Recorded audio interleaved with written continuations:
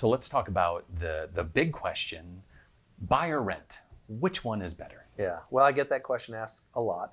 And part of that is going to be decided by your lender when you go to the lender, because they're going to be able to dig into your finances deeper than me. Yeah. But if you came to me, which you just did, and you asked me, should I buy or rent? My first question is going to be a very general question to you, and that's this. At the end of the month, after you've paid for all of the things that you have financial obligations to, do you have any money left over? Right. And if you say no, I'm going to say, well, then most likely you need to keep renting. Right.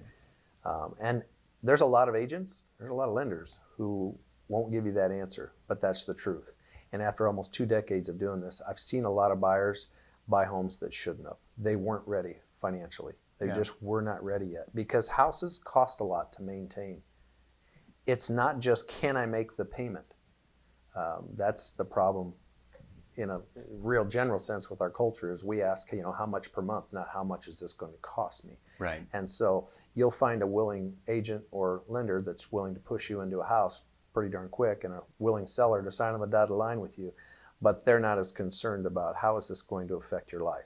When that furnace breaks or that water heater goes out, when the roof leaks, things happen, and that's part of maintaining a home, and you have to maintain it or it's going to go down in value.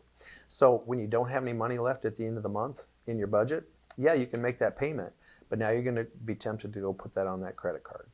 And now you're going to take on 18% debt, and you're going to get deeper and deeper in debt, and you're going to be paying for that water heater for months and months and months, but it's going to overlap because something else is going to break too. Yeah. And so it's expensive to own a home. It's a great thing to own a home. I want everyone to own one. I just don't want them to wish they never did it. And that happens too often. And you've actually told people, you're not ready. Yeah. You're not ready. Yeah. And I don't want to do this to you because you're not ready. Right. The American dream is to own a home.